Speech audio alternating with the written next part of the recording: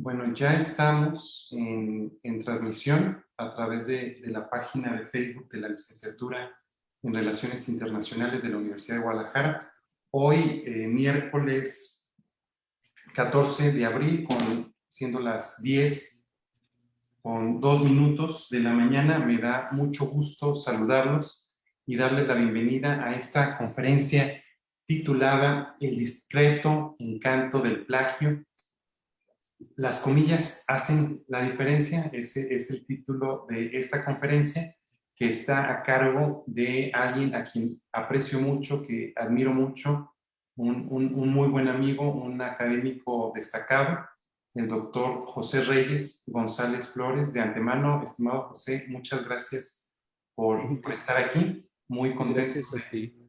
de que estés acá con nosotros, particularmente con la comunidad de la licenciatura en Relaciones Internacionales y pues con todo el público que se quiera sumar.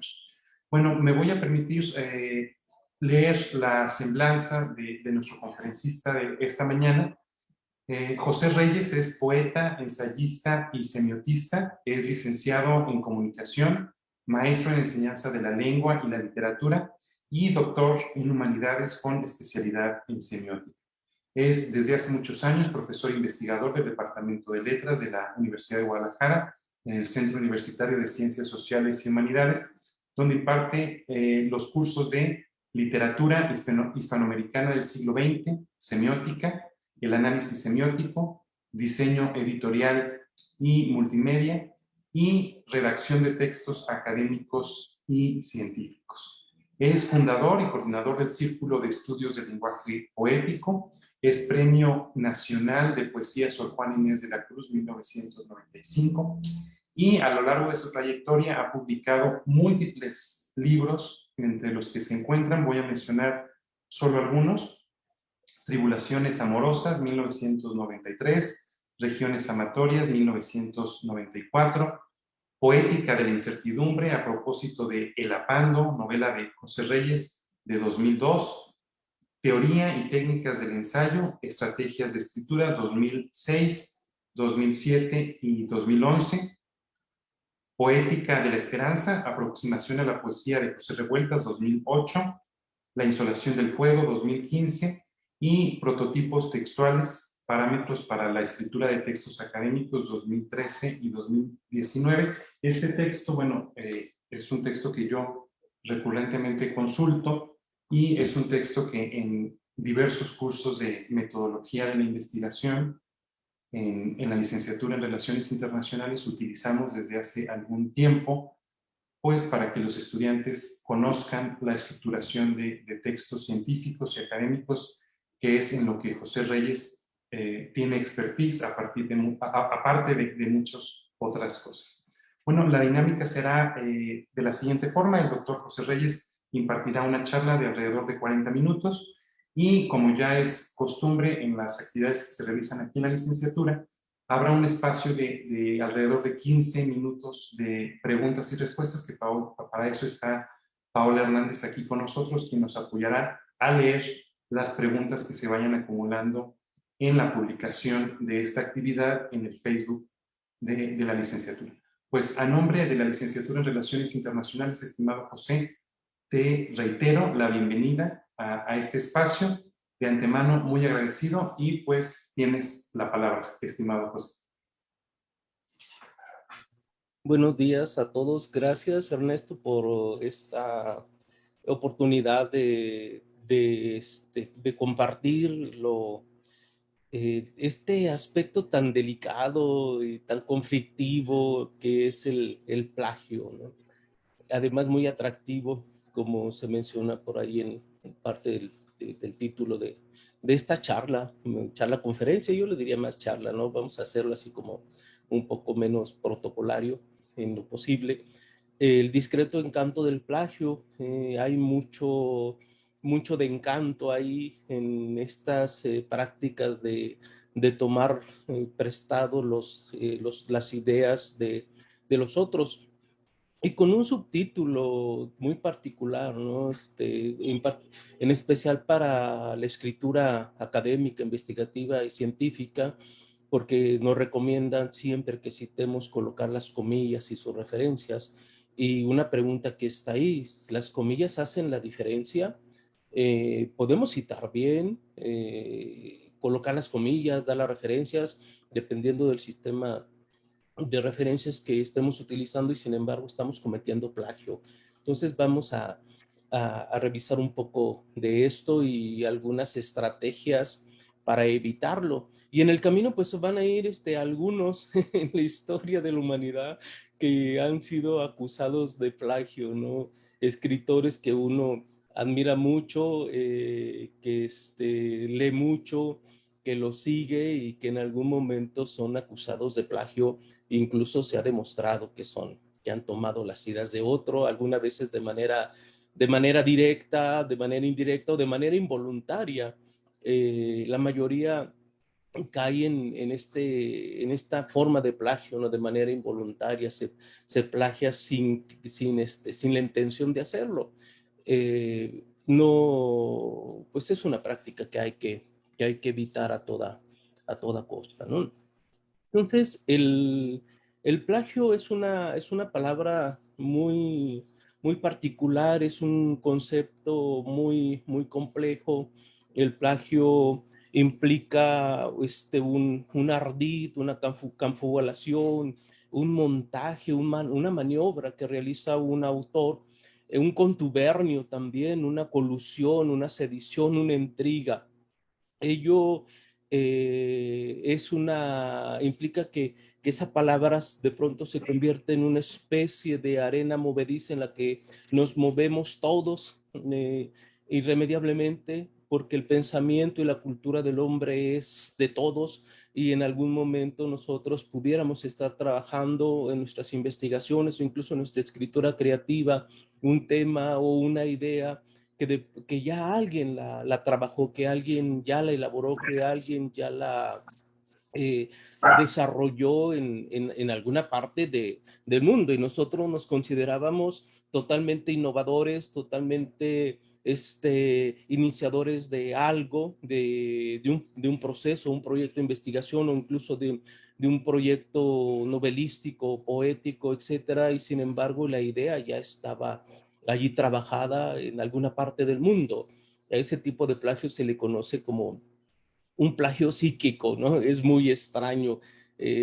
Por eso los poetas pues tendrán mucho cuidado ahora por esto del plagio psíquico, porque las musas, sus musas lo pueden demandar por plagio. En el siglo XIX hacia atrás no existía el concepto, sí existía, pero no estaba sancionado. Entonces, la palabra plagio es una infracción creadora, es decir, es una violentación al pensamiento del otro, es un bandidaje. Y sin embargo, cuando este bandidaje es denunciado, afecta a aquellas personas que reciben la denuncia, e incluso a personas que tengan una fama extraordinaria.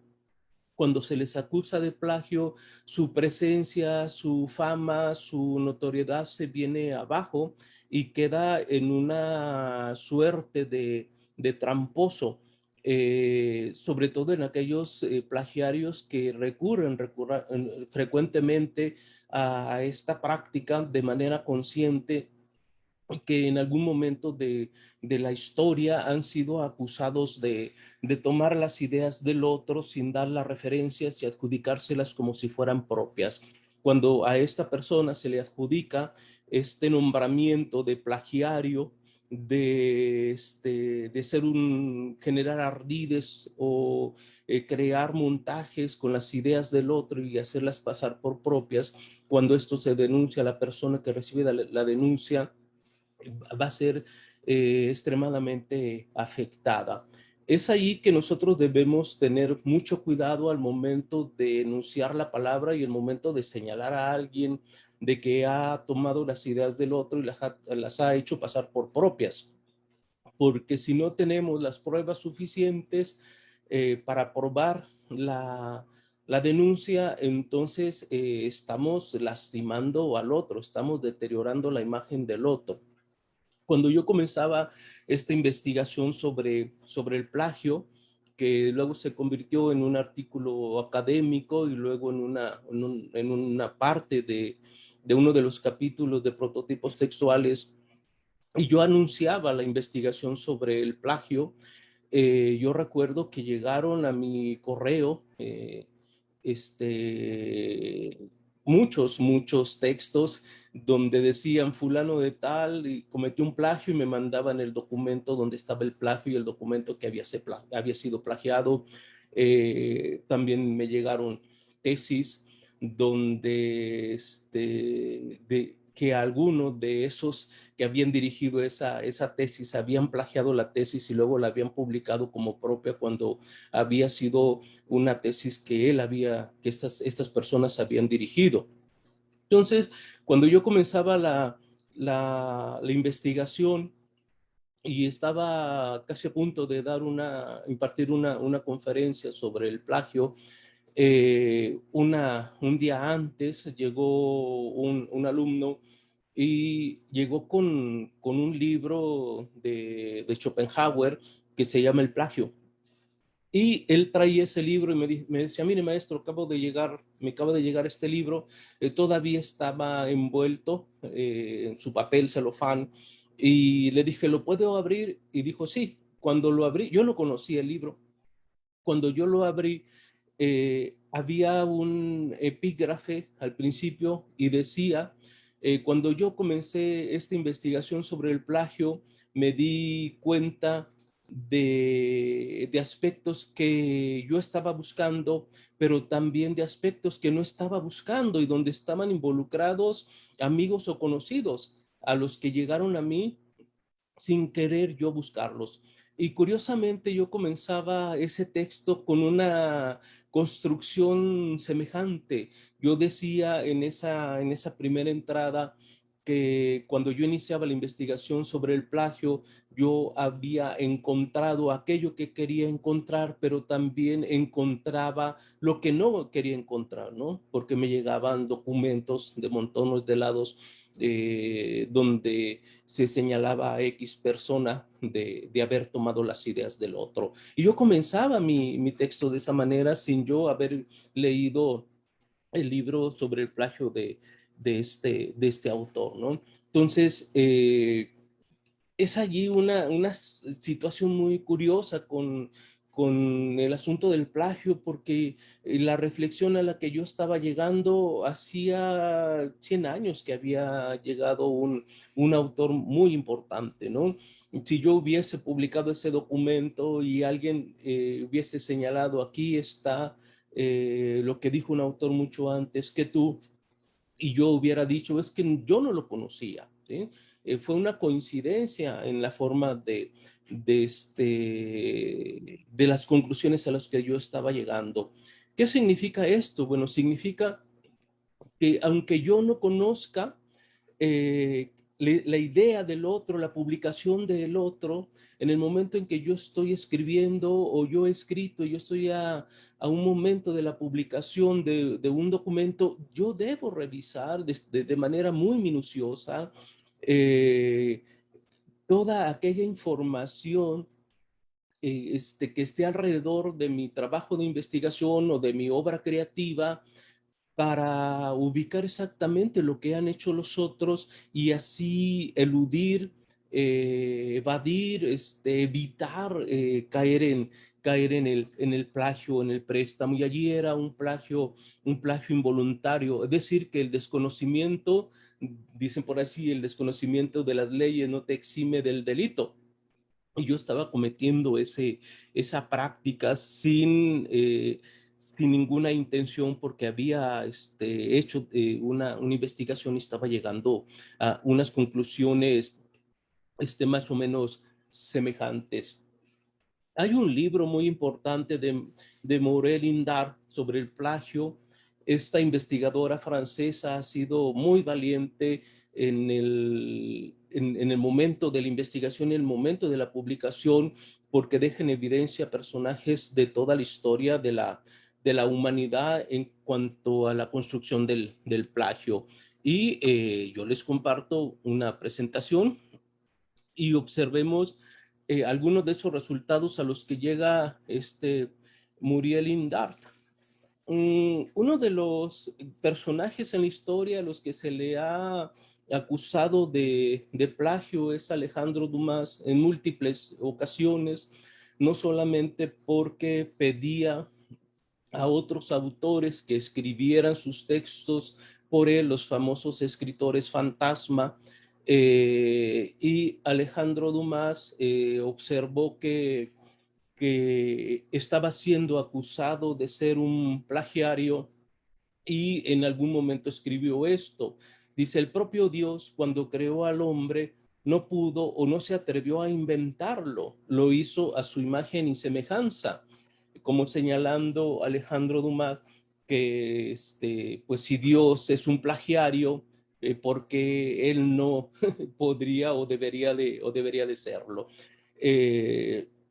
Esto es una situación muy particular porque aquellos que se les ha acusado de plagiar de manera recurrente, en ocasiones recurren a la broma, al sarcasmo, a su genial ironía para eludir la responsabilidad, como en el caso de Alejandro Dumas, ¿no? El propio Dios cuando creó al hombre no pudo, no se atrevió a inventarlo, lo hizo a su imagen y semejanza.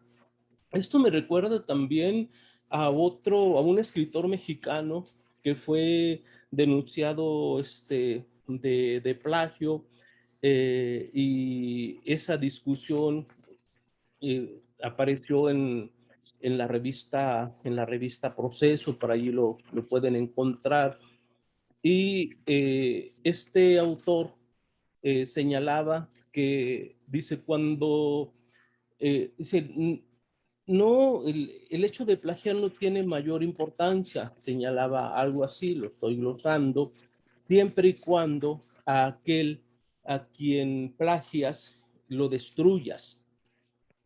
Esto es una disputa que se da entre Rubén Salazar Mayén, que denuncia a el Premio Nobel Mexicano de Literatura, acusándolo de plagio, particularmente en el libro El laberinto de la soledad, y este premio Nobel mencionó, bueno, no importa si yo he plagiado, lo que sí debemos considerar es destruir aquel a que hemos plagiado, y de esa manera no queda evidencia del plagio, ¿no? Es una discusión histórica en la literatura de nuestro país. ¿Qué significa esto? Bueno, que en relación a lo que yo mencionaba, que hay momentos en que uno está desarrollando una investigación o está escribiendo una novela o un poema o un cuento, un ensayo, y de pronto nuestro pensamiento coincide con lo que otro está escribiendo, y lo publicamos y luego justificamos que nosotros no lo conocíamos, que incluso nosotros no habíamos tenido o no hemos tenido contacto con ese escritor, aunque ese texto haya sido publicado mucho antes que nuestras propias ideas. Esto implica que las malas informaciones, que el desconocimiento no nos va a eximir de la posibilidad del plagio. Por tanto, habrá, antes de hacer una publicación, estudiar de manera muy minuciosa nuestros textos, compartirlos con otros para que hagan también lecturas críticas y nos puedan hacer estas observaciones, porque se puede caer en el plagio involuntario.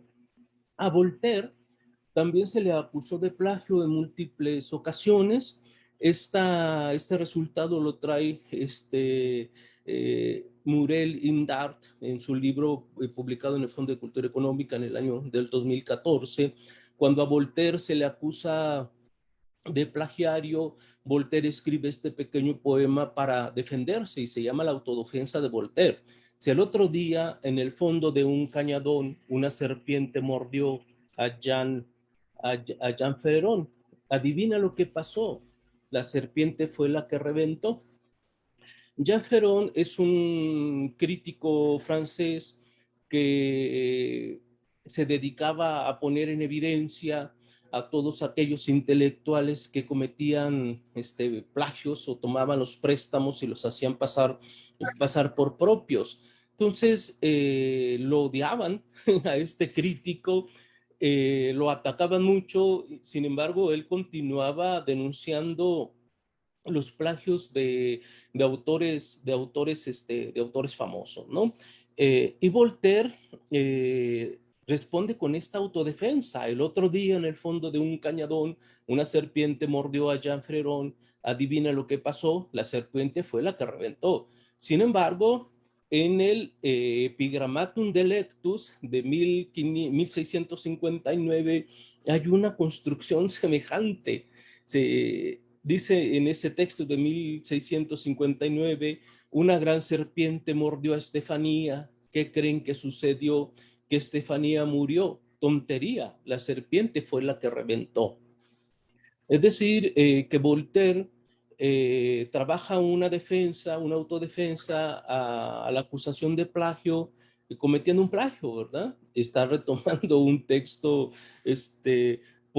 anterior a él para defender eh, hacer su defensa de esta denuncia de plagiario. Algo también particular ocurre con François Rabelais en este texto, en Pantagruel, solamente un pequeño fragmento. Dice: transcursamos el secuana, tanto al dilículo como al crepúsculo, deambulamos por los cópitos y cuadrivios de la urbe, desplumados la lacial verbocinación, y como verisímiles amorabundos captamos la benevolencia del omnijuzgo, omniforme y omnígeno sexo femenino. Es el texto de una obra famosísima como es Pantagruel de Rabelais.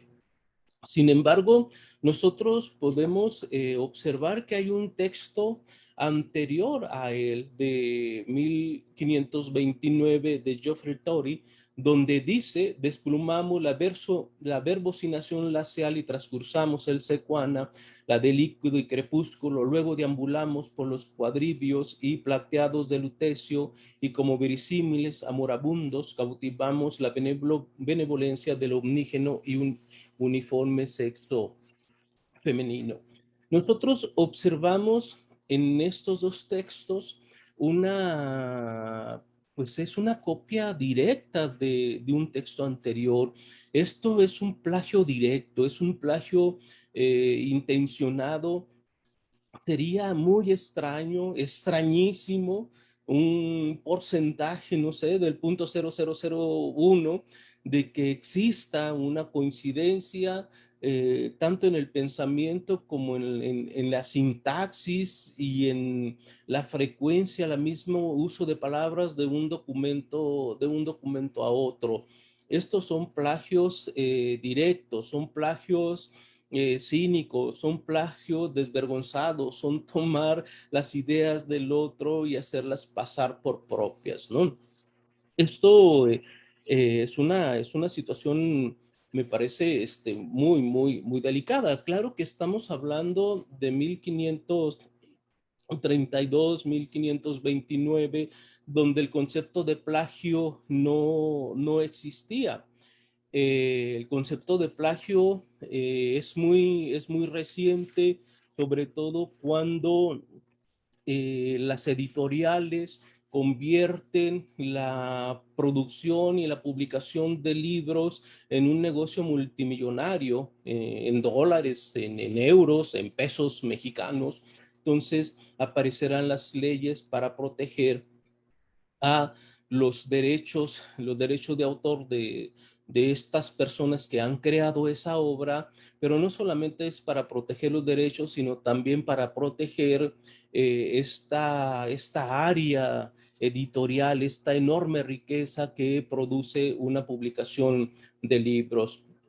En el caso de Rabelais o en el caso de Voltaire, no tenemos todavía una ley que haya prohibido o donde se mencione lo que va a ser un plagio y cómo va a ser sancionado o cómo no va a ser sancionado. No lo tenemos.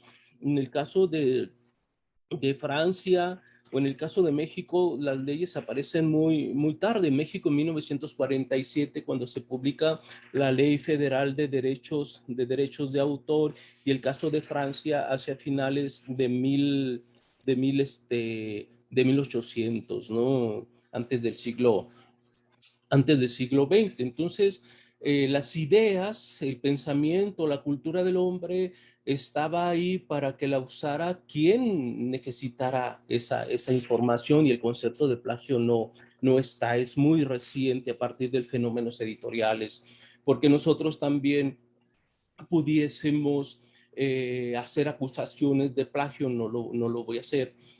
Por ejemplo, a Miguel de la Montán, cuando en sus ensayos cita de manera directa a Séneca o cita a Plotino, lo cita de manera directa, no los entrecomilla y no da la referencia de la obra en la cual ha obtenido la cita. Es decir, que el conocimiento era un conocimiento de todo, si no necesitaba una referencia para proteger esos derechos autorales. No estoy diciendo que lo hagamos ni debemos hacerlo, las leyes ahora son muy claras, tiene que ver con el respeto de las ideas ajenas. También ha sucedido con muchos otros autores, por ejemplo, cuando le atribuimos la invención de la imprenta a Gutenberg, ya sabemos que no es Gutenberg el que ha inventado la imprenta, ni es él el que ha publicado el primer libro en la historia. Hay muchos, son los chinos los que inventan la imprenta y lo hacen claro con tipos móviles en madera, y son los que publican el primer libro, por lo menos allá en el 868 de la era común, con el famoso libro del Sutra de Diamante, donde es una escritura budista. No está el concepto, no está el concepto de plagio. También pudiéramos decir lo mismo del teorema de Pitágoras, que al final no es de Pitágoras, es de otras culturas, pero que Pitágoras lo hace relevante. Es decir, el concepto del plagio es muy reciente, y nosotros tendremos muchos tipos de plagios, muchas tipificaciones de plagios hacia el siglo XX, siglo XXI. Lo que sí hay que considerar, de acuerdo a la ley de la protección de derechos de autor, eh, determinar lo que es lícito y lo que es no lícito en cuanto a tomar las ideas del otro sin atribuirle eh, sus respectivos derechos, ¿no? Es importante para nosotros preguntarnos por qué ocurre el plagio, particularmente en los estudios, en los textos de investigación, en los textos académicos, en los textos científicos. ¿Por qué ocurre el plagio? Pregunta que tampoco debemos dejar al margen de la escritura creativa, de la poesía, del cuento, de la novela, del texto dramático. A Shakespeare, por ejemplo, se le ha acusado en múltiples ocasiones haber plagiado obras que no eran de él, que se habían publicado mucho tiempo y que él las tomó en ocasión casi de manera directa o con enormes parafraseos, ¿no? Entonces hay que preguntarnos por qué ocurre el plagio. El plagio puede ocurrir de manera involuntaria cuando nosotros coincidimos en nuestra escritura con las ideas que otros han propuesto. Eso implicaría un no conocimiento de la producción cultural de los seres humanos. No nos evade de la responsabilidad del plagio. Y el otro, cuando hay una intención clara de asumir un documento que no nos corresponde, una idea que no nos corresponde, como el caso de François Rabelais, que ha tomado de manera directa un texto que no le corresponde, que lo hace pasar por propio, lo que ha hecho, Voltaire, incluso lo que hacen escritores actuales aún vivos y que hoy, por ejemplo, dan cursos de cómo escribir novela, ¿no? Seguramente deberían de acompañarlo cómo plagiar novelas o cómo plagiar textos literarios, como el sonadísimo caso del autor de La Reina del Sur. Múltiples veces ha sido denunciado. Entonces, ¿por qué ocurre el plagio? Habrá muchas respuestas. En el caso de la escritura científica o académica, eh, las universidades, los centros de investigación siempre obligan a un investigador a estar publicando de manera o estar reportando investigación de manera continua. Y en ocasiones esos tiempos de reportar las investigaciones son tan inmediatos que no da tiempo para la investigación y no da tiempo para la redacción. Eso sucede en todos nuestros centros universitarios, en todas las instituciones de investigación, donde se plantea, por ejemplo, una investigación, se evalúa y se acepta la investigación y todavía apenas están planeando y ya al siguiente mes te piden un resultado de investigación, o a los 3 meses te piden un resultado de investigación que tiene que ver con la publicación de algún documento, la impartición de alguna conferencia que pruebe que se está realizando la investigación, cuando es imposible en un mes, en 2 meses, en 3 meses después de ser aprobada la investigación, que ya estés dando resultados en publicaciones. Eso es una manera de jugar contra el tiempo y que en ocasiones se incurre a los plagios. Incluso publicar o dar a conocer documentos que ya se habían publicado antes o que ya se habían escrito antes y pasarlas por nuevos textos, porque el tiempo es extremadamente breve para dar resultados de la investigación. Eso también es un plagio, se le conoce como autoplagio. Aquí lo importante es cómo prevenirlo, seguramente modificando esos tiempos. Lo mismo sucede con nuestros estudiantes cuando nosotros de un fin de semana al que sigue, pensemos de un viernes a un lunes, les estamos solicitando un ensayo de 8, 10 o 15 cuartillas, cuando escribir un ensayo en 2 o 3 días es imposible, sobre todo los trabajos académicos, científicos, investigativos, donde primero hay que partir de un objeto de investigación, plantear un problema de investigación, diseñar una construcción hipotética, hacer la investigación teórica, hacer la aplicación o hacer las reflexiones, hacer la búsqueda de información, y eso no se puede hacer en 2 días, mucho menos hacer la investigación y de un lunes a un viernes, de un martes a un jueves, o de un jueves a un martes, de solicitar al estudiante que nos entreguen un ensayo. Eso, ya nosotros de alguna manera estamos obligando a nuestros estudiantes, las universidades están obligando a sus investigadores a recurrir a las prácticas del plagio. Ahora, ¿cómo corregirlo? ¿Cómo evitarlo? Pues son preguntas que repercuten en la producción de nuestra investigación, o también en la creación. Yo ubico, por ejemplo, todos aquellos creadores que han propuesto la escritura de una novela y han sido acreedores a una beca, y de pronto de un mes a otro ya les están pidiendo un capítulo de la novela o un porcentaje en escritura de su texto poético. Es decir, es un apresuramiento. Los tiempos no son los que implican los procesos creativos o los procesos de investigación, y por eso se recurre o se cae en el plagio. Y hay que tener mucho cuidado con ello. Tipo de plagiarios. Aquí hay muchos autores que han coincidido en esta tipología. aquellos que se conocen como plagiarios conquistadores o vampirismo literario, en el caso de la literatura, que están apegados a las modas editoriales, porque la editorial te indica qué tipo de obra hay que publicar.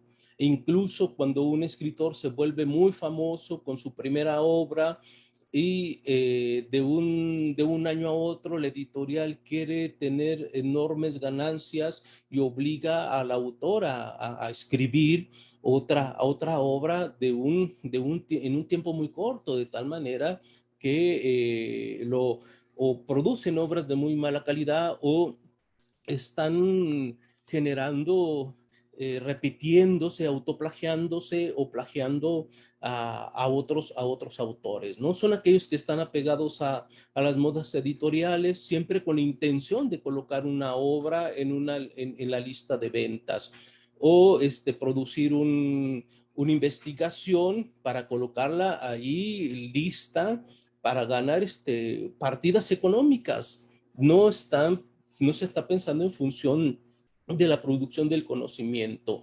Y los plagiarios conquistadores están conscientes del plagio.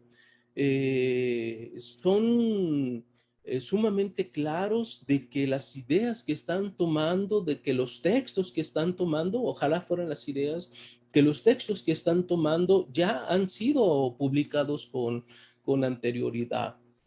Y allí están los plagiarios conquistadores apologistas, aquellos que dan forma a su prestigio a partir de las ideas y de los textos no propios que incorporan a su propia escritura. Y ahí tenemos muchos ejemplos, muchos autores. Aquellos reincidentes que los han acusado de plagio y que vuelven a tomar préstamos de manera constante, que afirman en el momento de ser descubiertos que no afecta su originalidad y siempre están negando las acusaciones que se les imputan, ¿no? También en la historia de la literatura mexicana hay muchos de estos escritores que luego justifican diciendo que más que tratarse de un plagio, era una falta de tiempo, ¿no? Falta del tiempo para corregir sus textos. No cito los nombres porque seguramente son escritores que apreciamos y luego se nos caen esas imágenes de estos escritores denunciados y que se defienden diciendo, no, es que yo no plagié, lo que pasa es que no tengo tiempo de corregir. Por allí están en la historia de la literatura mexicana y en la historia también de las investigaciones. Los plagiarios impunes, que también son plagiarios conquistadores, estos plagiarios impunes toman las citas de forma íntegra de otros textos y las modifican de manera superficial y las presentan como propias. Estos son los plagiarios impunes. Existen aquellos plagiarios melancólicos que debido a la falta de creatividad recurren al plagio, pero siempre queda un dejo de culpabilidad. Ellos, plagiarios melancólicos, juegan con las referencias dedicados a los juegos de la intertextualidad, toman un texto previo, lo parafrasean, no dan la referencia o toman la idea casi íntegra del autor y lo hacen pasar por propias. Estos plagiarios melancólicos son también aquellos que esconden las citas escondidas, copian y esconden las citas, no dan la referencia, las mezclan entre sus textos a la manera de un Miguel de la Montagne, ¿no? Que tomaba las citas de otros y las escondía entre sus textos. Se necesitaba ser un lector muy acucioso, muy profesional, eh, con un gran acervo para poder identificar esas citas escondidas. Me recuerda a un premio nacional de poesía Aguascalientes, que por cierto ahora es un activista, ¿sí? Un activista que se dedica a denunciar los secuestros, ¿no?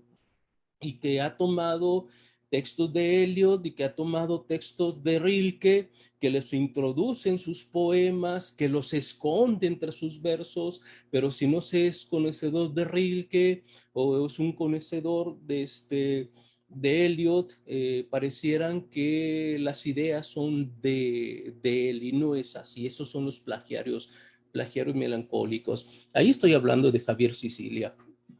Ahí, y denunciado de manera abierta, ahí están las historias en la prensa. Este plagiario melancólico que toma las ideas del otro y las mezcla entre sus versos y se las hace pasar por propias. Incluso hasta le dieron un premio Nacional de Aguascalientes de poesía. Aquellos que copian falsamente, copias falsamente indicadas, copian las citas y las refieren de manera falsa. Es decir, toman la cita y en lugar de referirla al autor, inventan otro autor, inventan otro libro, inventan otra editorial, y cuando uno quiere hacer esa pesquisa de la fuente original no la encuentra porque ha sido escondida, ¿sí? Yo digo, cito a Immanuel, a Kant, y luego, donde y lo refiero a otra obra o en una publicación que nunca existió. Son copias falsamente indicadas y es un problema. Hay una investigación importante allí, la pueden encontrar en esta página, donde se hizo un estudio de los textos que son plagiados, y se encontraron una modalidad de 10 tipos de plagios, ¿no? A diferencia de la tabla anterior, que además está trabajada entre muchos, esa tabla está trabajada de las propuestas de muchos autores. En el caso de Turnitin, ellos han llegado a 10 tipos de modalidades de plagio. Uno es la clonación, es presentar el trabajo de otra persona como propio, copiando palabra por palabra. Eso sería un plagio directo, un plagio sin pudor, es un plagio, diríamos, de vampirismo, porque están tomando absolutamente toda la obra con una frecuencia del 9.5 de las personas que fueron estudiadas. El copiado y pegado, que incluye amplios pasajes de un texto de una única fuente sin ser modificados. Esta es una práctica que muy recurrente en América Latina y muy recurrente también en México, porque a nuestros jóvenes, a nuestros estudiantes de secundaria o de preparatoria, nunca les dimos las herramientas para eludir ese tipo de plagio. Entonces solamente se va a la página, en la red ahora, con toda esta tecnología, lo copian y lo pegan y lo hacen pasar por propio. Incluso arman todo su ensayo o toda su investigación copiando y pegando de múltiples páginas. La búsqueda y el reemplazo es otra categoría, otra modalidad de plagio, que consiste en cambiar las palabras y expresiones claves sin alterar el contenido esencial de la fuente. Este tipo de plagio es cuando yo tomo un texto del otro y solamente estamos cambiando palabras. Si usamos sinónimos, tomo la cita, una palabra la cambio por un sinónimo, otra palabra por otro sinónimo, de tal manera que pareciera que yo estoy realizando una idea original, cuando en realidad estoy reemplazando las palabras del otro sin cambiar la esencialidad de los contenidos. El famoso remix, mezcla material parafraseando, el material parafraseado de múltiples fuentes. Es decir, el autor trabaja un tema particular y busca 2 o 3 autores que trabajan en el mismo tema, y lo único que hace es para intercalar en el texto parafraseo de esas diferentes autores, ¿no? Es el remix. El reciclado es tomar préstamos pasajes amplios de un trabajo propio anterior sin incluir la cita. Es decir, el reciclado es que yo mismo estoy dando por un nuevo trabajo, un nuevo resultado de investigación, investigación que ya realicé y una investigación que ya fue publicada. Solamente hago por allí algún maquillaje al texto y lo publico como si fuera nuevo. Es un reciclado. En los sistemas de referencia se le conoce como autoplagio. La modalidad de híbrido es combinar fuentes perfectamente citadas con fragmentos copiados sin incluir citas. Entonces, se cita y luego se copia otra cita, pero no se incluye la cita. Es una cita tras la otra cita sin dar las referencias. El híbrido, el mosaico. La modalidad mosaico, material copiado de múltiples fuentes que encajan muy bien. Es decir, aquí el plagiario está tomando el mismo tema en diferentes autores y lo va dejando en su texto como propio, pero lo único que hace es un parafraseo de lo demás sin establecer las referencias, ¿no? La modalidad conocida como error 404, citar fuentes inexistentes o incluir información imprecisa sobre las fuentes. La modalidad 9, fuente RSS, citar correctamente las fuentes, pero casi sin incluir párrafos de creación propia. Es una de las maneras en que yo explico un poco más adelante para evitar el plagio académico, no solo para nuestros estudiantes, sino también para aquellos profesores o investigadores que pueden recurrir a la modalidad 9, RSS, es decir, citar correctamente las fuentes, pero sin incluir párrafos de creación propia, solamente cita un texto y luego otro texto y otro texto, aunque dé la referencia adecuada, ¿no? Eso me recuerda a la tesis doctoral de Mario Vargas Llosa, donde cita fragmentos completitos de Flaubert, de Madame Bovary, y solamente dice la novela extraordinaria de Madame Bovary, por ejemplo, una cita, y luego después dice, como observamos en la siguiente texto, y todo vuelve a tomarlo, es decir, una cita tras otra cita sin incluir una creación propia.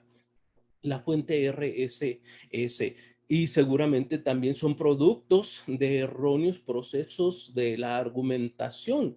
Y la modalidad 10 como la reutilización, citar correctamente las fuentes haciendo demasiado uso de la estructura y los términos originales del texto. Eso es otro tipo de modalidad. Incluso cuando nosotros trabajamos o cuando se trabaja un solo documento, una investigación y solamente se cita un autor, termina siendo un plagio. Bueno, ¿cómo vamos a evitar nosotros el plagio? Estrategias para evitar el plagio. Tipo de plagio: plagio intencional, directo, voluntario, total, robo de materiales, cuando el autor toma una cita directa, una cita textual de otro autor y de otro libro y lo hace pasar por propio. ¿Cómo evitarlo? Pues solamente aquí, con honestidad académica, ¿no? Definiciones: transcribir, copiar, reproducir de forma literal fragmentos de textos o textos completos sin autorización o sin indicar el origen. Copiar sin autorización del propietario de los derechos patrimoniales de la obra copiada. No se reconoce al autor, no se hacen cambios mínimos en la cita, solo se cambian algunas palabras, por lo general son sinónimos. Estos son plagios intencionales, plagios directos, plagios voluntarios. ¿Cómo lo evitamos? Lo evitamos colocando las comillas al inicio y al final del texto e indicando su referencia. Señalar el nombre del autor, la publicación, o dependiendo del sistema de referencias que estemos utilizando, Harvard, Chicago, APA, MLA, Vancouver, CISTOS, no sé, el sistema latinoamericano, el sistema francés, el sistema UNE-ISO, no sé, cualquier sistema que estemos usando, siempre hay que dar la referencia. Sin embargo, podemos nosotros incurrir en plagio aunque coloquemos el texto entre comillas si el proceso de argumentación no está bien elaborado. Pero bueno, por lo menos ya eludimos una práctica plagiaria. No hay que señalar el nombre de entrecomillado y colocar al autor. Y respetar los sistemas de referencias, que las citas sean breves, que sean reacomodables, no hacerlas pasar por propias. El otro tipo de plagio no intencional o indirecto es el mal empleo de los sistemas de referencia, tanto en la lista de cotejo, en la bibliografía, como en el momento en que yo lo cité. Se olvidaron las comillas, hay un parafraseo inadecuado. Recordemos, estos plagios olvidan las comillas, estos plagios parafrasean inadecuadamente, estos plagios hacen que el parafraseo en el parafraseo no se acredite el autor. Estos plagios pueden ocurrir por un no conocimiento de la manera en que yo estoy realizando el parafraseo, porque para parafrasear también hay normas. No solamente digo, pues ahora voy a parafrasear a fulano de tal porque no lo quiero realizar una cita de manera textual, ¿no? El parafraseo tiene sus normas también. ¿Cómo le evito? Pues hay que asimilar la información, interpretar los conocimientos y hacer los parafraseos adecuados de acuerdo a la técnica del parafraseo. Explicar, exponer las ideas del otro y hacer la referencia de que esa idea no es propia, que es del otro y que esa idea entra en un proceso argumental determinado. Indicar el nombre del autor, el año de la publicación y, claro, utilizar los operadores de argumentación pertinentes. Otro tipo de plagio, la falsa autoría. Aquí es cuando se expone el resultado de investigación y se incluye el nombre de una persona que no participó ni en la investigación ni en la redacción de documentos. Esto es un plagio muy recurrente en los centros de investigación y en las universidades de nuestro país y de América Latina, porque ha resultado de mucha importancia que aquellas publicaciones que sean trabajadas entre 2 o 3 o más investigadores tienen mucho más relevancia, mucho más importancia que una investigación individual. Son investigaciones en equipo, donde se incluye un profesor y un estudiante, o donde se incluye un grupo de investigadores, pero sucede que de ese grupo de investigadores uno no participó en la investigación ni en la redacción del documento. Sin embargo, se acredita a este investigador o a este participante como autor de ese texto. Eso es una falsa autoría. ¿Cómo lo evitamos? Pues participando de manera directa en la investigación y la escritura del documento. Si no se ha participado en la investigación, en la escritura, no firman el documento. Esto se trata de un asunto de ética y un asunto, diríamos, de moral, si es que se vale la expresión, y no se debe incluir en el equipo a aquellas personas que no participaron ni en la investigación ni en la escritura. Este es un plagio de falsa autoría. La referencia perdida o extraviada. No se realiza la cita porque la referencia, autor y año y página se han perdido traspapelado. Sin embargo, era una cita muy importante para argumentar mi hipótesis, para probar mi hipótesis o para demostrar la hipótesis. Si yo he perdido el autor, el año y la página y el libro donde obtuve esa cita, entonces mejor no la utilizo, ¿no? Mejor no se utiliza. Entonces, hay que abstenerse de realizar la cita si la referencia no está, porque se convierte en un plagio de referencia perdida o extraviada. Ahora, hay citas que forman parte del conocimiento general, la cultura, la historia y el arte, y allí no es necesaria hacer una referencia de manera directa cuando el conocimiento es de uso general, que no necesita una referencia. Sin embargo, si se ha extraviado, no hay que utilizarla. El envío doble, esto también ocurre frecuentemente cuando por la premura y por la exigencia de documentos para los informes de investigación, por ejemplo, pienso en las universidades, en los informes que los profesores hacen cada año, o los estudiantes en muy poco tiempo entregar un documento que ya se le acaba el tiempo. Entonces, envían el mismo documento a 2 conferencias, a 2 publicaciones, a 2 concursos. Entonces, no, el envío doble también es un plagio. En todo caso, solamente hay que participar con esa conferencia, con ese documento, en esa publicación, con ese mismo documento, no hay que duplicarlos. Entonces, participar con el texto solamente una vez. El plagio con comillas sueltas se le conoce como plagio de comillas flotantes o como plagio de referencias flotantes. Eso es muy recurrente. Se hace la cita, ¿sí? Yo tengo mi premisa que voy a argumentar, se realiza la cita, se cierra la cita de las comillas, se da la referencia, sin embargo, lo que va a aparecer en el siguiente argumento es parte del texto que yo estoy citando o que se está citando. Eso es un plagio con comillas sueltas o comillas flotantes o referencias flotantes. Se continúa la reproducción del original después de las comillas, es decir, cuando se marcó el final de la cita y se indicó su referencia en el caso de la cita textual, ¿no? Se continúa parafraseando después de haber concluido el parafraseo y lo que continúa yo lo hago pasar por propio, es un plagio con comillas sueltas. ¿Cómo evitarlo? No continuar con la cita después de las comillas, no continuar con el parafraseo después de los operadores o argumentales o después de que haya terminado el argumento. De esa manera evitamos el plagio de comillas sueltas. El plagio de referencia cruzada o de referencia falsa es cuando se acredita información a que no corresponde. Entonces hay que localizar la referencia, no adjudicar al otro la información que le corresponde. Fabricación de datos, eso también es muy recurrente en la investigación, como se tiene muy poco tiempo para entregar el informe, entonces se están fabricando datos, se están generando falsas hipótesis, se están generando falsos resultados. Si no tenemos los resultados, si no tenemos los datos, mejor no hay que crearlos, hay que realizar la investigación. Entonces, ¿qué hacemos? Pues administrar el tiempo de la investigación y el tiempo de la escritura. El plagio de reminiscencia se trata de un plagio indirecto. Se cita a un autor sin conocer la fuente. Ya lo decíamos que no debemos citar al autor si no tenemos la fuente. De esa manera, nosotros lo evitamos.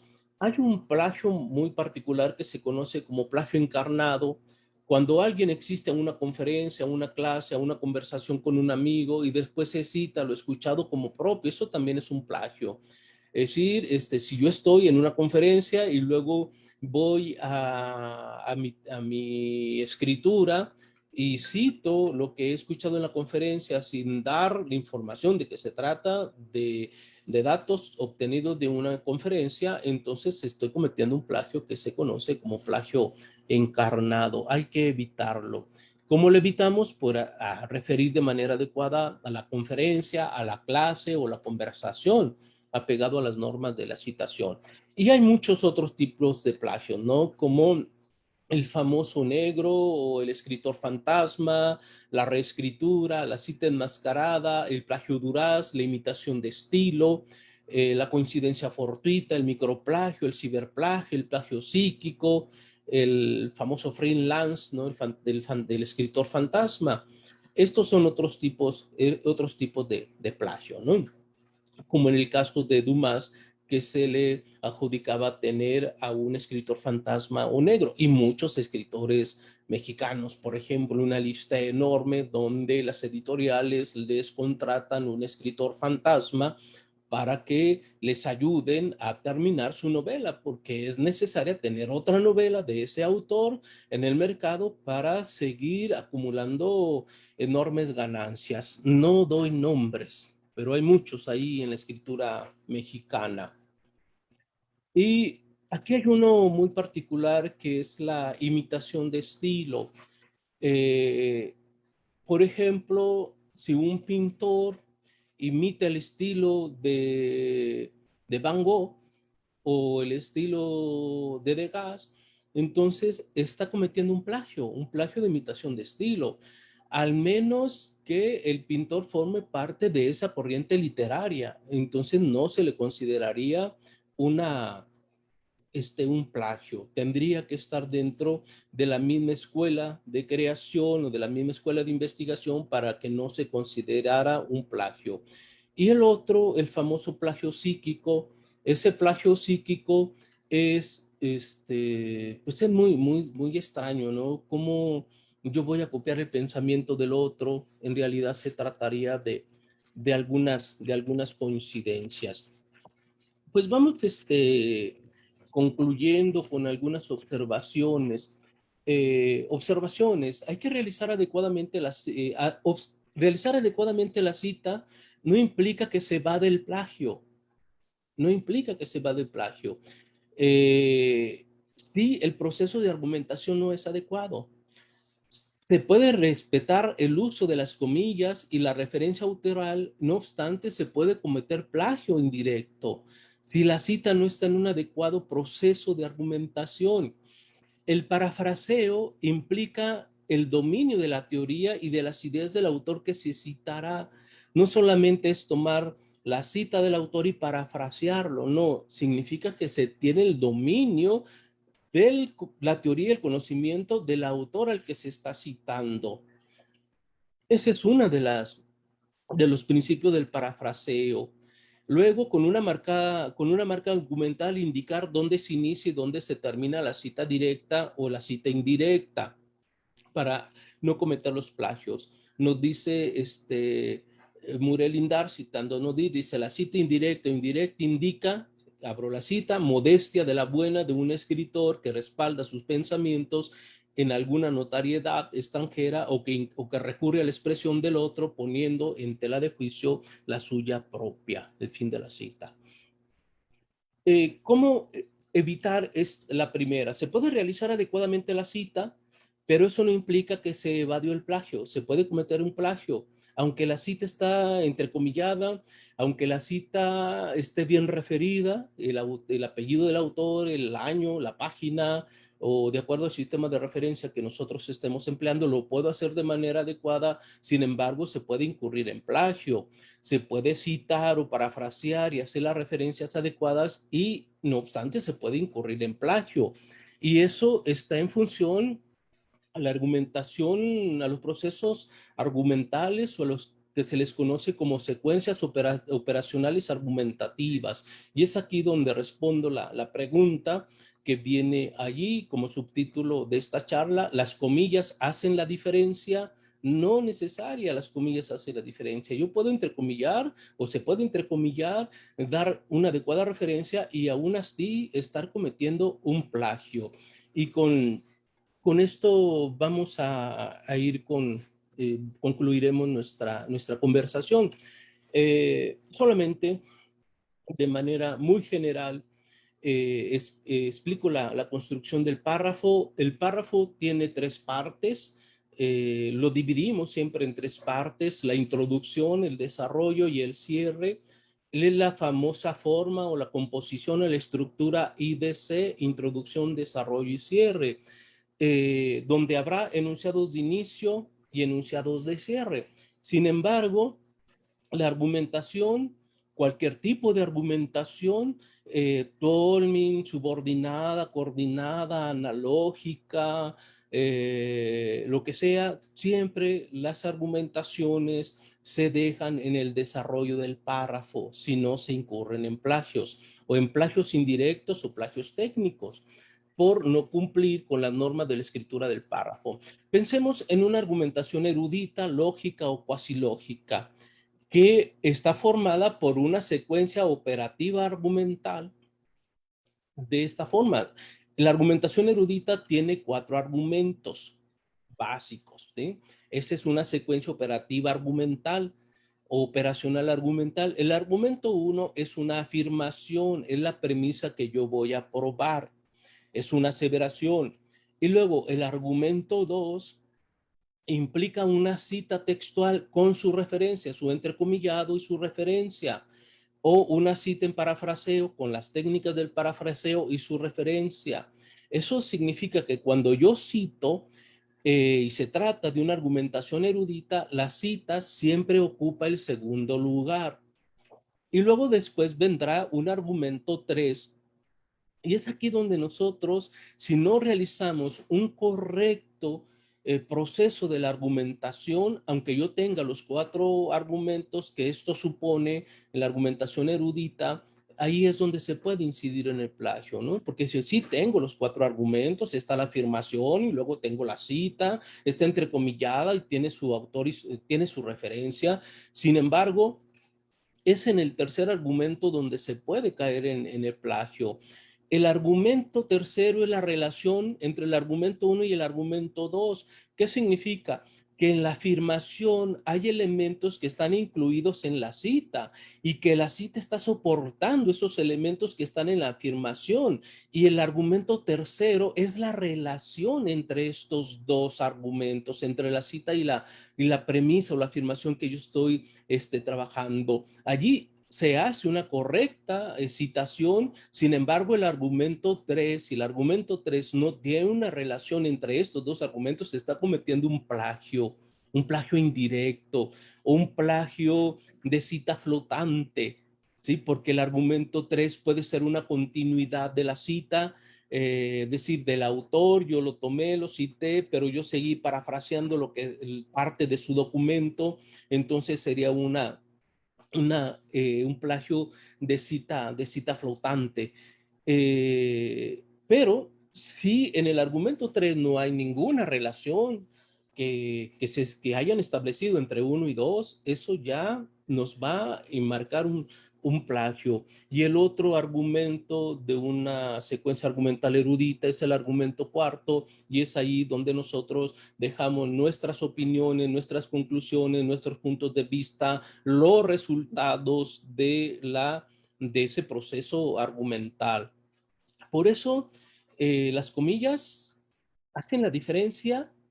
Sí, si el argumento tercero tiene una relación, si establece una relación entre el argumento 2 y 1, entonces las comillas son adecuadas. Pero aunque las comillas estén y la referencia sea correcta y no hay una relación directa o indirecta en el argumento 3 que vincule al argumento 1 y al argumento 2, entonces se comete un plagio. Es muy particular. Y también, si no respetamos la forma de composición del párrafo, podemos cometer plagios. Por ejemplo, cuando yo comienzo un párrafo con una cita, ya estoy cometiendo un plagio indirecto, un error argumental o un error de razonamiento, si no queremos utilizar la palabra plagio.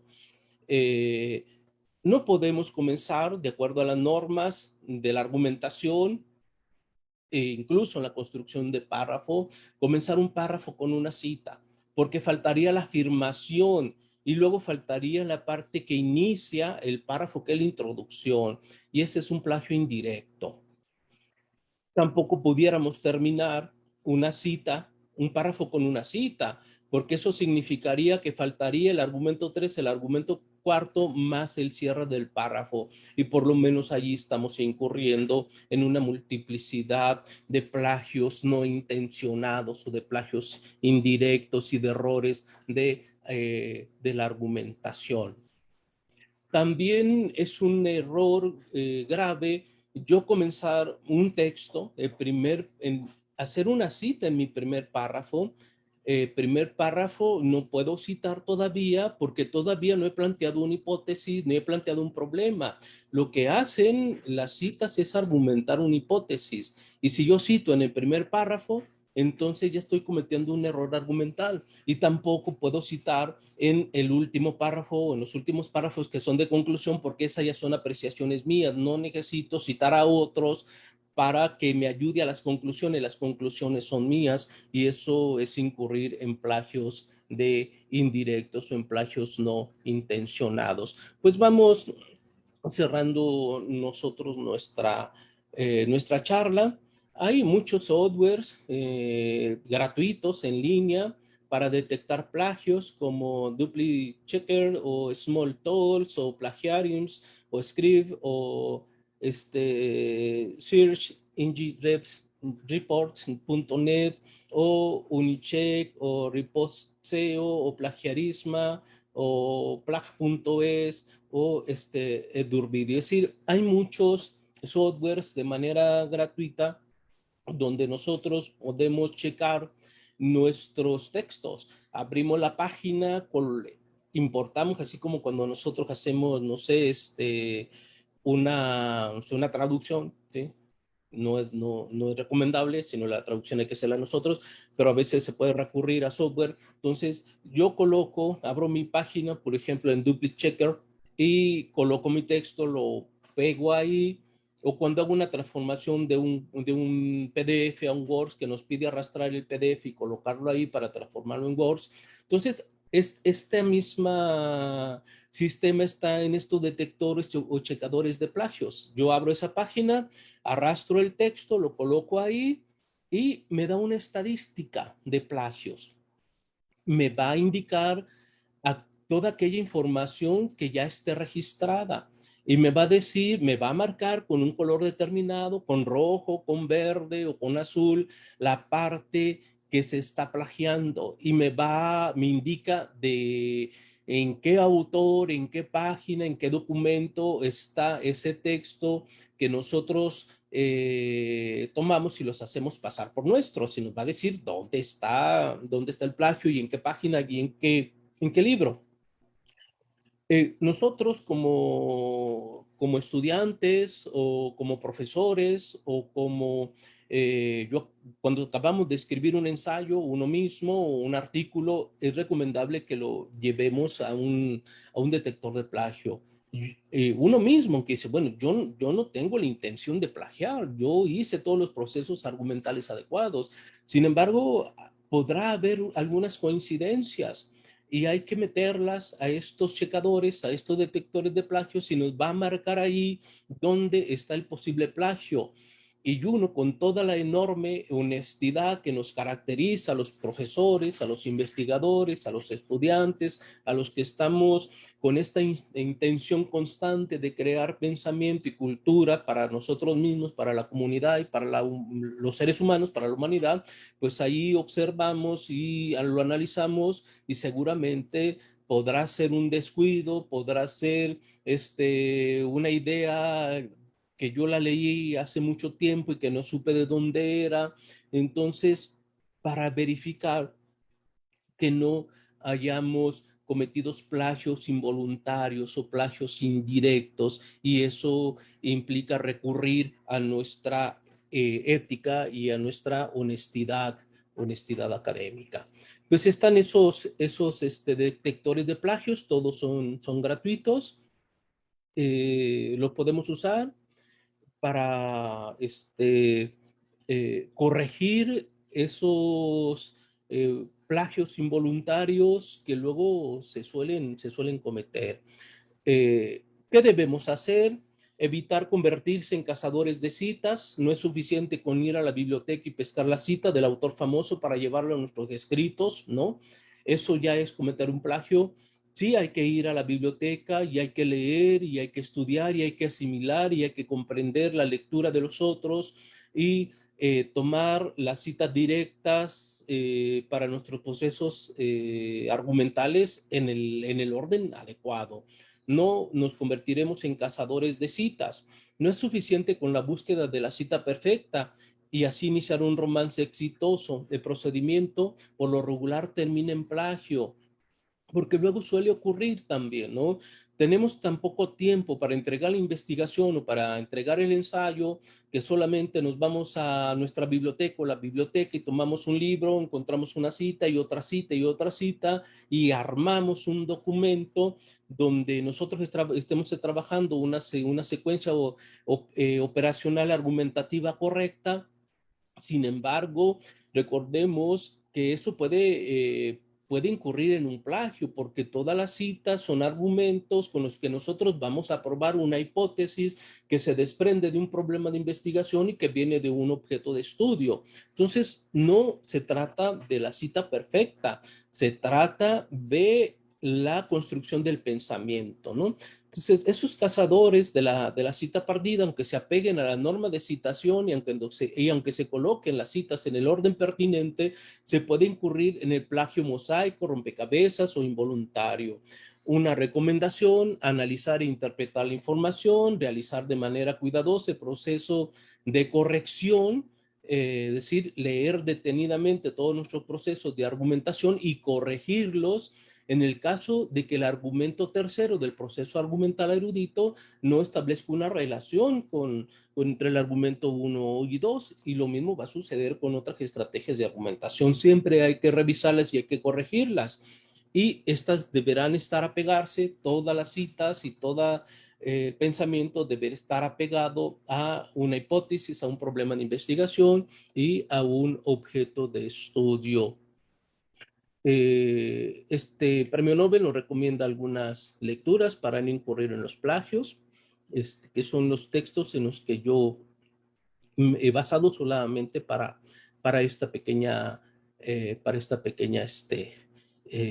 charla con todos ustedes. Pues muchas gracias por estar aquí, y si tenemos preguntas, observaciones, pues la podemos compartir. Ernesto. Muchísimas gracias, estimado José. Pues la verdad nos dejas un alud de temas y de puntos en los que, por una parte, nos queda claro que un plagio pues tiene que ver con la intención de utilizar ideas de otros, pero con esta conferencia, o más bien y con esta conferencia, pues también nos alertas de que también hay plagio que no necesariamente es intencional, pero del cual también debemos cuidarnos. Y bueno, ya sobre todo estos últimos cuadros, donde nos propones diferentes estrategias, pues creo que serán muy útiles para la comunidad de la licenciatura en Relaciones Internacionales. Yo le pediría a Paola si nos puede comentar si hay preguntas, si hay comentarios, si nos puede externar en este momento, se lo agradecería. Claro, bueno, agradecerle mucho a usted, doctor. La verdad estuvo muy interesante la conferencia. Bueno, a mí sobre todo me llamó mucho la atención cómo involuntariamente plagiamos, ¿no? Bueno, yo tengo una pequeña pregunta. Me gustaría saber si el plagio en México está sancionado. Sí, el plagio está sancionado en todo el mundo, ¿sí? Solo que las leyes mexicanas son muy laxas. Sabemos que en México se le pone atención a partir de 1947, cuando aparece en la Ley Federal de Derechos de Autor. Allí está muy bien tipificado. Y hay especialistas para esto, ¿no? Son peritos en lingüística para detectar cuando hay denuncias de plagio. Se contrata un perito que va a analizar el texto que se acusa de plagio y los posibles textos donde la fuente de donde viene el plagio. Y son sancionados de manera muy, muy fuerte. En el caso de Europa, por ejemplo, hay algunos muy sonados que de pronto aparecen en la prensa y cuyas sanciones llegan hasta 100,000 euros, ¿verdad? Pagarlos a un mes. El caso de México es un poco más laxo en el sentido de las sanciones. Generalmente pasan desapercibidas, o las redes sociales lo llevan a una situación alta y a los 2 o 3 días se olvidó. Y cuando se lleva a las cortes, dependiendo de si el acusado tiene una gran presencia política o una gran fuerza de prestigio, suele eludirse el plagio. Me recuerdo el caso de Carlos Fuentes, cuando fue acusado por Víctor Celorio de haber plagiado la novela El Unicornio Azul. Y cuando uno busque la novela, está en la red, El Unicornio Azul, y ustedes hablan Diana de Fuentes y cotéjenla párrafo a párrafo, página a página. La novela de Celorio se publicó 4 o 5 años antes que la Diana Cazadora de Fuentes. Incluso esa novela de Celorio obtuvo un premio nacional de novela y fue premiado, y posterior no se publicó en ese momento, y de pronto aparece la novela de Fuentes, y cuando uno la coteja, es directamente así las frases idénticas de la novela de Celorio a la novela de Fuentes. Hagan ese ejercicio. Lo traía como ejemplo, pero no me, dije, no, sería echarle ya, hacer mucho ruido. Entonces, pero ustedes cotéjenla y va a ver que se da ese plagio de manera directa, totalmente directa, ¿no? Por ejemplo, recuerdo este, que dice, estaba enamorado de Jennifer, dice Celorio, y luego acá estaba enamorado de Diana, igualito, nada más le cambió Diana por, Jennifer por Diana, ¿verdad? Entonces, nos gustaba mucho la palabra desolación, desolación, dice Celorio, y dice la Diana, nos gustaba mucho la palabra desolé, sintaxis igual. Y luego nos dice un poco más adelante, Jennifer le confesó que había abortado al hijo. La Diana le confesó que había perdido al hijo. Entonces, si nosotros hacemos un análisis lingüístico, un análisis sintáctico, un análisis léxico, y comparamos las novelas, hay un alto porcentaje de plagio, ¿no? Es toda la novela está siendo plagiada. Fue denunciada por Celorio en su momento. Las leyes mexicanas lo pasaron por alto, seguramente por la presencia que tenía Carlos Fuentes en la política y en la cultura y en la literatura mexicana. Es decir, es un poco laxo. Lo mismo sucede con las denuncias a Octavio Paz, por ejemplo, donde Paz pasó libre, sin ninguna sanción, y lo mismo ha sucedido con otros, ¿no? Creo que Guadalupe Loaesa, por ejemplo, también, que pasa así desapercibida y que ha sido denunciada, o el caso de este autor de la novela En busca de Glimsor, que también fue denunciado de plagio por un autor estadounidense que plagió su novela y también pasa desapercibido. Entonces las leyes mexicanas son laxas en este sentido. Y cuando se denuncian los plagios académicos, es decir, de profesores, de investigadores que plagian investigaciones de sus estudiantes o de otros colegas, generalmente queda solamente en una suerte de desprestigio, ¿verdad? Y no hay más sanciones. Aunque muchos de ellos, por una especie de pudor o de vergüenza, renuncian. Hay casos ahí muy sonados, ¿no? En la Universidad de Guanajuato, en Michoacán o en Zacatecas, cuando fueron estos investigadores denunciados de plagio, decidieron mejor renunciar a sus cátedras. Y también hay presidentes en el mundo, ¿verdad? Que fueron denunciados de plagios con sus tesis doctorales y que terminaron retirándose del ejercicio político. Por ahí están en la historia. Entonces las leyes mexicanas son un poco laxas, ¿no? Nosotros los profesores pues siempre les agregamos un cero, ¿verdad? Cuando encontramos el plagio ponemos un SD. Pero si nosotros enseñamos muy bien los procesos de argumentación, de que todo trabajo plantea un problema, una hipótesis y un conjunto de teorías con el que se va a realizar la argumentación y les enseñamos muy bien los procesos de argumentación, no se recurre a la práctica del plagio, ¿sí? Pero sí, así son nuestras leyes, son un poco laxas. Gracias, Muchas Pablo. gracias por contestarme mi duda, doctor. Bueno, Em, gracias. Aquí Rosa María Jurado comenta que estuvo muy interesante y es atemorizante también este Sí, sí es tema. atemorizante.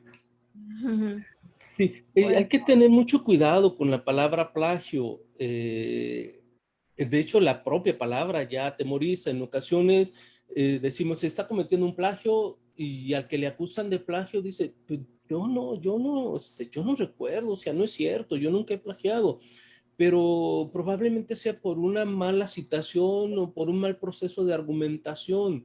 De manera involuntaria se recurre al plagio o de manera involuntaria porque yo externo una idea que alguien ya había trabajado y que yo no había investigado y que yo la doy como si fuera mía, aunque ya esté publicada. De cualquier manera hay que referirla, ¿no? Por eso están las referencias cruzadas o las referencias a pie de página, donde yo tendría que indicar que fulano, perengano, mangano han estudiado esta misma problemática o esta misma idea, y de esa manera indicar que hay una coincidencia y que no se está recurriendo a ningún plagio, porque podemos recurrir se puede caer en el plagio sin la intención de tener, sin intención de recurrir al plagio, ¿no? Es más, lo que recurren al plagio lo ocultan muy bien, saben muy bien plagiar. Y a veces los que estamos escribiendo ya por un error de sintaxis, por un error de referencia, por un mal proceso de argumentación, se puede caer involuntariamente en el plagio.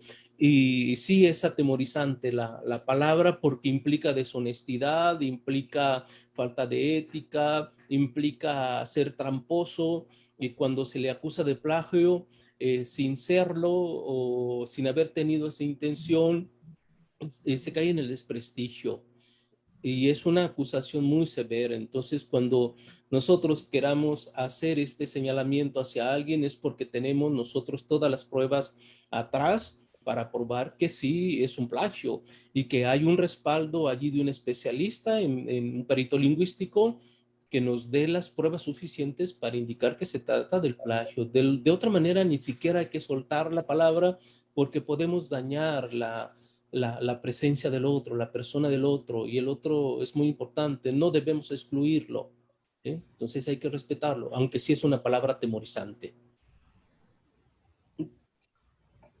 Gracias. Rosa María, ¿verdad? Sí. Preguntan, doctor. Eliot Gómez González. Al poner en revisión nuestros textos en estos detectores de plagio, en caso de observar que se ha plagiado involuntariamente, ¿qué podemos hacer? Bueno, fíjese, hay varias estrategias. En los detectores de plagio nos van a marcar el párrafo o la parte donde está el plagio, lo marca en verde o lo marca en rojo, dependiendo de cómo uno lo configure. Y luego al margen o al final algunos nos dicen el plagio, la cita número 1 o lo que se plagió está en el autor y en el libro de fulano de tal, ¿no? Y de pronto puede existir coincidencia, no sé, de 4, 5 o 10 palabras que nos marca como plagio. Y probablemente sea una coincidencia, o sea, es un porcentaje mínimo de esas coincidencias. Entonces, lo que se hace para evitarlo es, uno, ir a la fuente que se nos indica de la que se ha tomado la idea, porque puede ser solamente la idea, donde fue tomada la idea, estudiar ese autor, leerlo, y luego después, si yo decido que continúe la misma sintaxis, hacer un llamado a pie de página y hacer la observación pertinente. Lo otro, y que me parece lo más adecuado, es cambiar toda la construcción sintáctica, ¿sí? Quitarla de ahí, hacer una nueva redacción, porque es mi idea que coincidió con la idea del otro, porque no había una intención de plagio. Si hay una intención de plagio, pues qué pena, ¿verdad? Allí, pues hay que borrarla y hay que quitarla y hay que recomenzar la escritura. Pero podemos hacer esto, ¿no? Hacer una nueva redacción, hacer un llamado a pie de página e indicar que el autor fulano de tal en el libro tal ha coincidido o ha desarrollado una idea semejante a la nuestra. Sin embargo, mi idea tiene otros matices que no son los que el autor ha planteado, y explicamos lo que él ha planteado y las diferencias que yo estoy planteando en mi investigación, y de esa manera evitamos cometer estos plagios involuntarios, porque no está la intención, pues, y van a aparecer.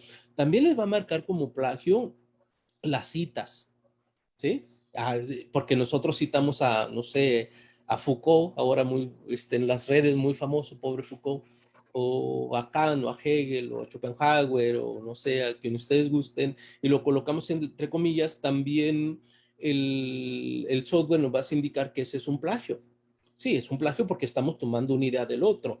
Sin embargo, hay que revisar que antes de la cita esté un argumento, una afirmación, que yo estoy utilizando la cita para apoyar esa afirmación y que el argumento tercero establezca una relación entre los dos y que aparezca un argumento de conclusión. De esa manera podemos estar seguros de no cometer plagios involuntarios, ¿no?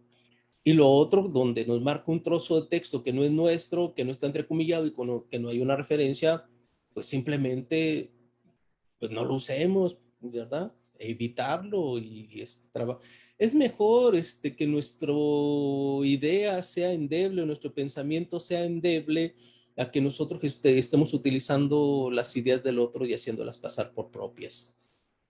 Creo que es más honesto eso, ¿no? Ah, me equivoqué en este pensamiento. Bueno, me equivoqué, ya lo maduraré posteriormente, pero sí no hacer pasar el pensamiento y las ideas del otro por propias. Pues muchas gracias. Gracias, doctor. Diego Gracias. Castillo pregunta, ¿cómo se puede comprobar o corroborar el plagio psíquico? Está bien complicado. Ahí los teóricos del plagio de pronto inventan unas estrategias de plagio y bueno, el plagio directo, indirecto, los dobles envíos, el autoplagio, pues sí son comprobables porque allí hay documentos para comprobar, ¿no? Cuando uno emite el estilo de Margarit Duras, pues también se necesita ser un lector especialista en Duras para que luego verifique que yo estoy trabajando el mismo estilo de Duras, que son o el plagio Duras o el plagio del estilo de una corriente. Pero ¿cómo puede uno comprobar el plagio psíquico? ¿Sí? O sea, yo no sé lo que está pensando Ernesto, por ejemplo, usted, y de pronto coincidimos en la misma idea. Y yo plasmo esa idea y lo diré Ernesto, no, yo la pensé primero que tú, sí, pero no la he escrito Ernesto. Bueno, sí, pero y me puede acusar de plagio psíquico, pero ¿cómo se comprueba? O sea, eso me parece que ya es una especie de, de sobrado poderío teórico, ¿no? O sea, es imposible, por eso yo les decía por ahí, poetas, tengan cuidado porque sus musas los pueden acusar de plagio. O sea, Muy es bien. imposible. Estimado José, muchas gracias. Estamos muy contentos por esta conferencia, esta cátedra que nos ofreces esta mañana y pues en la cual nos ofreces múltiples herramientas para de manera práctica e inmediata pues ponerlas en funcionamiento en las actividades académicas o de investigación que tanto estudiantes como profesores podemos realizar.